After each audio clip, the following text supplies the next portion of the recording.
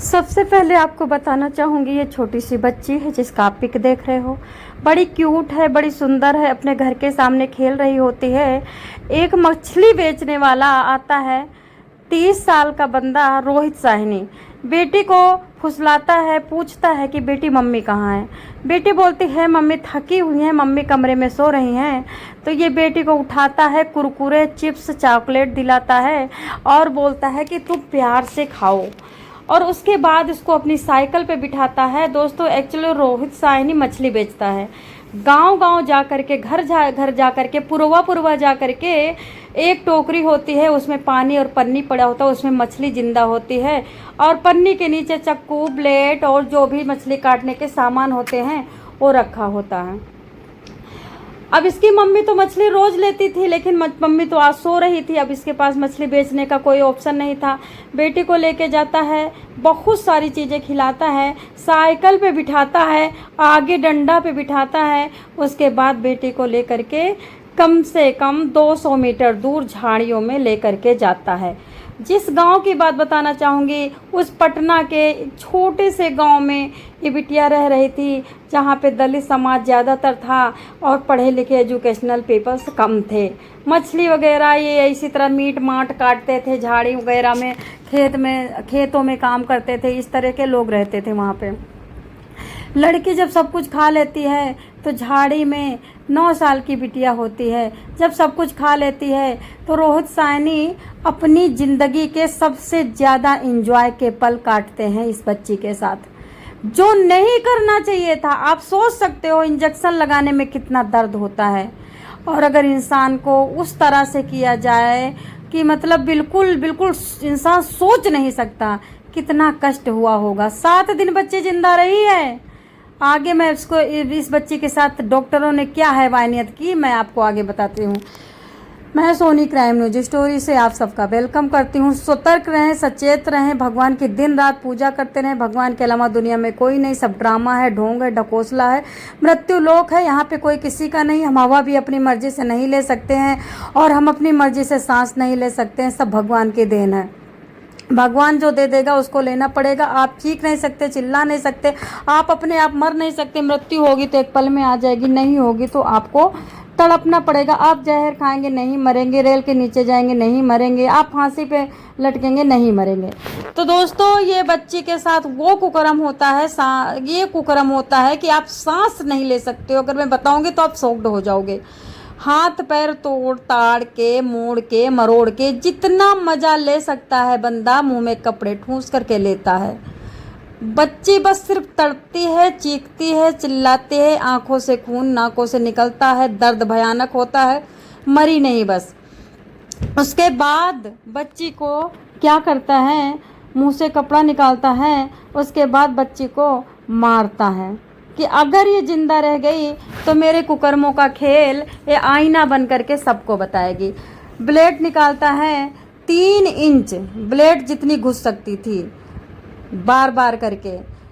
गला, मुलायम सा गला, 9 साल की किशोरी मुलायम से गले को यूं जैसे कि इंसान ककरी और खीरा और कद्दू फाड़ देता है, नहीं मरी। अब क्या करे, अब फिर उठाता है, क्या उठाता है, अब चक्कू उठाता है, मछली काटने वाला, उसको बड़ा वाला चक्कू, पेट को फाड़ता है, चारों टुकड़े करता है पेट के, 3-3 इंच गहरा, नहीं मरी। उसके बाद उसको पटकता है, नहीं मरी। उसके बाद लेकिन वो बच्ची बेहोश हो जाती है, दर्द से छटपटाते छटपटाते, बोल नहीं पा रही है, हाथ नहीं उठा पा रही है, पैर नहीं उठा पा रही, आंखों से देख रही है। अंकल मत मारो, मज़ा तो ले लिया ना अंकल, खुशियाँ तो पा गए ना अंकल, सब कुछ तो कर लिया, अब मत मारो। लेकिन रोहित को दया नहीं आई। दोस्तों, कितना सहेगी यार, 50 साल की बुढ़िया नहीं सह पाती, कैसे सहेगी, कैसा सहा होगा। प्यारी बच्ची ने, क्यूट सी बच्ची, अकेली लाडली, पापा मर चुका था, चाचा के दुलारी, नाना के दुलारी, माँ अकेले नौकरी मजदूरी करके बच्ची का पेट पालती, सरकारी स्कूल में पढ़ाती। उसके बाद झाड़ी में फेंक के आ जाता है। बच्ची की हिम्मत नहीं थी कि हाथ उठा सके, चिल्ला सके, चीख सके। बेहोश बच्ची पड़ी। माँ जागती है, शाम को ढूंढती है, पूरी रात ढूंढती है, पूरा गांव ढूंढता है। लास्ट में कुत्ते भौंक रहे थे। अच्छा हुआ कि कुत्ते भौंक रहे थे। अच्छा हुआ कि कुत्तों ने नोचा नहीं, नहीं तो जितनी दुर्गत उसने की थी उससे दुगना तो कुत्तों के नुकीले दांत कर डालते। उसके बाद बच्चे को लेके सब लोग वहाँ पे पाते हैं, जहाँ पे मैं आपको झाड़ी नहीं दिखा सकती हूँ, जहाँ पे बच्ची लेटी थी थोड़ी दूर पे कपड़ा सारा उतार दिया था, पहले नंगी कांटों में लिटा रखा बेटी को, उठा के का किया, जहाँ पे कुकर्म किया था वहाँ पे खून से लथपथ ज़मीन, जहाँ पे फेंका था वहाँ पे खून से लथपथ ज़मीन, कांटों में फेंक दिया, कपड़ा उठा करके थोड़ी दूर पे एक मतलब 10 मीटर दूर पे फेंक दिया, चप्पल उठा के थोड़ी दूर पे फेंक दिया।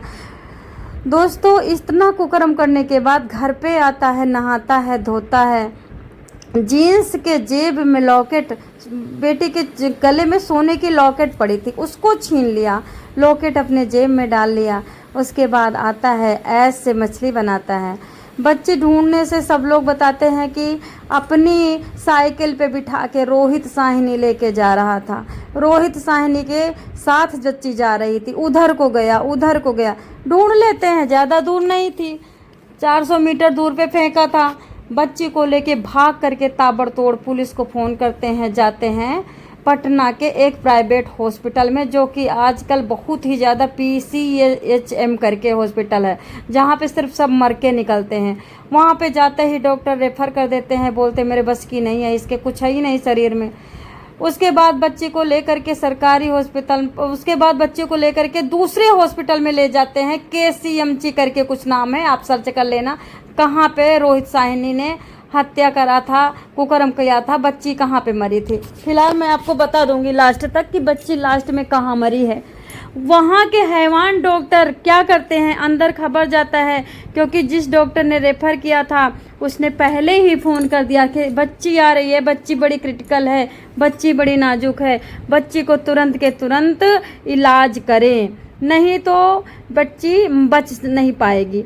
दोस्तों डॉक्टर क्या करते हैं, व्हाट्सअप पहले फ़ोन पे कॉल बात करते हैं, उसके बाद डॉक्टर क्या करते हैं, फ़ोन पे बात करने के बाद व्हाट्सअप चैटिंग करते हैं, उसके बाद क्या करते हैं, PMCH बच्ची मतलब कॉलेज है, PMCH कॉलेज, सॉरी हॉस्पिटल, मैंने कहा था ना ढूंढ के बता दूंगी, अभी मैंने गूगल से सर्च किया, PMCH हॉस्पिटल में बच्ची की एम्बुलेंस में लाश खड़ी रहती है, एम्बुलेंस खड़ी रहती है, 1 घंटा व्हाट्सअप होता है, दूसरे घंटा कॉल होती है, तीसरे घंटा लंच होता है, चौथे घंटा मौज मस्ती इंजॉय और पुड़िया तमाकू होता है। उसके बाद बच्ची की माँ गाड़ी में बैठी है, बच्ची टुकुर टुकुर देख रही है, जाने कह रही है कि माँ ना तो डॉक्टर सुनेंगे, ना तो हॉस्पिटल सुनेगा, ना तो कोर्ट सुनेगा, ना तो पुलिस सुनेगी, माँ मेरा गला दबा दे, मेरे से दर्द बर्दाश्त नहीं हो रहा है। ऐसे बच्ची टुकुर टुकुर देख रही है, आंखें सारी मुंदी जा रही हैं, फिर भी फाड़ के आंखें खोल रही है, आंखों से इशारे से बता रही है टांग के बीच में कि ऐसे ऐसे किया, फिर टांग मोड़ा, फिर टांग फाड़ा, फिर टांग तोड़ा, बता रही है, बोल नहीं पा रही है। दोस्तों डॉक्टर के पास जब कांग्रेस नेता का फ़ोन जाता है, पता नहीं उसी में गाँव का कोई था, कौन था, कांग्रेस के कार्यालय फ़ोन करता, फ़ोन जाता है, तब डॉक्टर 4 घंटे बाद बाहर आते, कहते हैं बेड नहीं है। आप समझ सकते हो, मैं कहती हूँ जो भी इस डॉक्टर की, इस बेटी की लापरवाही में डॉक्टर किया, उनकी बेटी के साथ ऐसा ही हो, उनकी बीबी के साथ ऐसा ही हो, उनकी माँ के साथ ऐसा ही हो। हमें बर्दाश्त नहीं हो रहा है, जब हम इतने दूर रह रहे हैं, वो उतनी दूर बिटिया है, तो कैसे बर्दाश्त होगा। प्रभु को ऐसा दंड देना, प्रभु इन डॉक्टरों को ऐसा दंड देना, इन प्रभु इन डॉक्टरों को कि डॉक्टरों की मौत ना आए, बिलबिला के जिए। तो दोस्तों डॉक्टर फिर 4 घंटे बाद आता है, कांग्रेस कार्यालय से फ़ोन आता तो कि बेड नहीं है। अच्छा बेड नहीं था तो जो थोड़ा सा बीमार आदमी था, थोड़ा सा उसको टेबल पे लिटा देते, उसको 2 पे 1 कर देते, 1 पे 2 कर देते। बिटिया तो अर्जेंट थी ना, क्योंकि पेट तो 4 खंड किया था, गला 3 इंच के नीचे किया था, उसके बाद गला दबाया था, उसके बाद पटका था। एक बार तो दया कर लेते डॉक्टर साहब, कई जन्म तक तुम सुअर बनोगे डॉक्टर, जिसने इस बच्ची के साथ किया है। क्योंकि मैं कोई वीडियो नहीं नहीं बना रही हूँ, मैं बखान कर रही हूँ बच्ची का दर्द। बच्ची मर चुकी है लेकिन दर्द हमारे सीने में है और उसकी माँ के सीने में भी होगा, ऐसा नहीं है। 5 घंटे बाद, 9 घंटे फिर कांग्रेस नेता का फोन आता है तो 5 घंटे बाद बच्ची को स्ट्रेचर पे लिटा के अंदर ले जाया जाता है। आप सोच सकते हो कि भारत में हम कहाँ पे हैं? हम कसाई घर में हैं, हम भ्रष्टाचारी में हैं, हम गंदगी में हैं, हम कुर्सी छापो चोरों में हैं, हम गंदगियों में बैठे। डॉक्टर नहीं है, डॉक्टर भगवान कुछ नहीं होते। कभी भरोसा मत करना, अपने शरीर का ख्याल रखना, अपनी बच्ची को अपने आंचल में छुपा के रखना। डॉक्टर तो चाहते हैं कि कोई ऐसा केस करे तो हमारे बच्चियों को। कौन डॉक्टर है? अच्छा, कितने केस आए, किडनी लीवर बर्बाद कर दिया, पेशाब की नली काट दिया, श्वास नली काट दिया, अंदर कैंची छोड़ दिया। डॉक्टरों को धूर्त डॉक्टरों को, तुम्हें मौत हो जाए हमारे श्राप से। उसके बाद बच्ची जब अंदर जाती है, रात भर वहाँ पे क्या दवा करते हैं, क्या इलाज करते हैं, भोले बाबा जाने। दूसरे दिन 9 बजे बच्ची मर जाती है। चलो बच्ची मर गई, माँ चीख चीख के बेहोश होती है, गिरती है, बेहोश होती है, गिरती है, बेहोश, बस यही करती है। फिर जब माँ को 2.5-3 दिन बाद होश आता है तब पता चलता है कि रोहित साहनी, जो कि पहले अपनी मामा की बेटी से कुकर्म किया था, इसने लव मैरिज भी की, बीवी को छोड़ दिया था। दोबारा से इसको गाँव वालों ने इसको बहुत ज़्यादा इसका पुतला फूंका था, इसको जलाने की कोशिश की थी, इसको मार डालने की कोशिश की थी। तो पुलिस ने आकर के रोहित साहनी को गाँव से निकाल दिया था। गाँव से थोड़ी दूर पे तालाब के किनारे झोपड़ी बना के रहता था माँ के साथ, माँ को भी निकाल दिया था। उसके बाद गांव में मछली बेचने क्यों आता था? जब गांव से निकल गया तो धंधा गांव में ही करना है कुत्ते को। दोस्तों, अब शब्द प्रयोग कर रही हूँ, मुझे उस बच्ची के लिए, सिर्फ बच्चे के लिए बस। और उसके बाद रोहित साहनी का गिरफ्तारी मिलती है। गिरफ्तारी में मेडिकल होता है। मेडिकल में ये पता चलता है कि इसने बच्ची के सारे नाखून, सारे बाल, सारे खाल, सारे खून सब इसके हाथों से निकलता है, इसके कपड़ों से निकलता है। सबसे बड़ी प्रूफ, इसके जेब से बच्ची के सोने की लॉकेट निकलती है। अच्छा, ये बात 26 मई की है, मैं आपको जो बता रही हूँ, लेकिन मैं आज इसे क्यों बता रही हूँ? क्योंकि माँ हर सांस में यही कहती थी, इस आदमी को सिर्फ और सिर्फ लास्ट चाहिए, रस्सी में लटका दो। रस्सी में इसको हम लटकाना देखना चाहते, मृत्यु दंड मांग रही थी। लेकिन दोस्तों, हमारे देश का कानून अगर 2 को कुर्बान कर दे तो देश की सारी 95% लड़कियां बच जाएं। लेकिन 2 को क्यों कुर्बान करेंगे? इनको तो बचाएंगे क्योंकि इनसे तेल लगवाना है सरकार को, इनसे तेल लगवाना है कोर्ट को, इनसे गंदगी करवाना है, इनको अपने वो जो जज को इनसे तेल लगवाना है। अरे 2 को कुर्बान कर दोगे, क्या बच्ची मरी तुम्हें दया आई? तो इनको मारने में दया क्यों आई है? एक करके सुल्ताना करके, नुसरत सुल्ताना करके एक डॉक्टर जज होती हैं।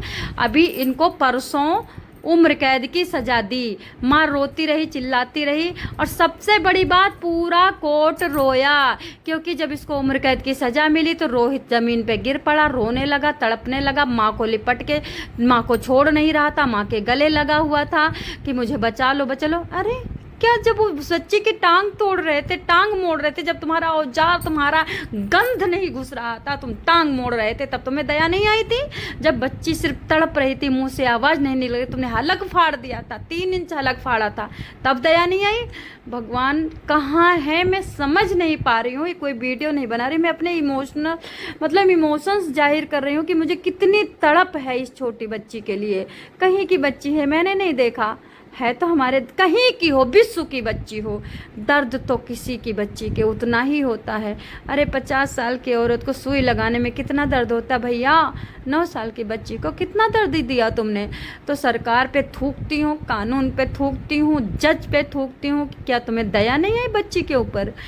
अगर 1-2 मर जाता तो क्या चला जाता भारत देश का? ऐसे कुकर्मियों को जेल में क्यों रखे हो? उम्र कैद की सजा देके कहीं तो रखोगे, जिंदा तो रहेगा, खाना तो खाएगा, उस सांस तो लेगा, लेकिन उस बच्ची का तो सांस लेना दुर्लभ कर दिया।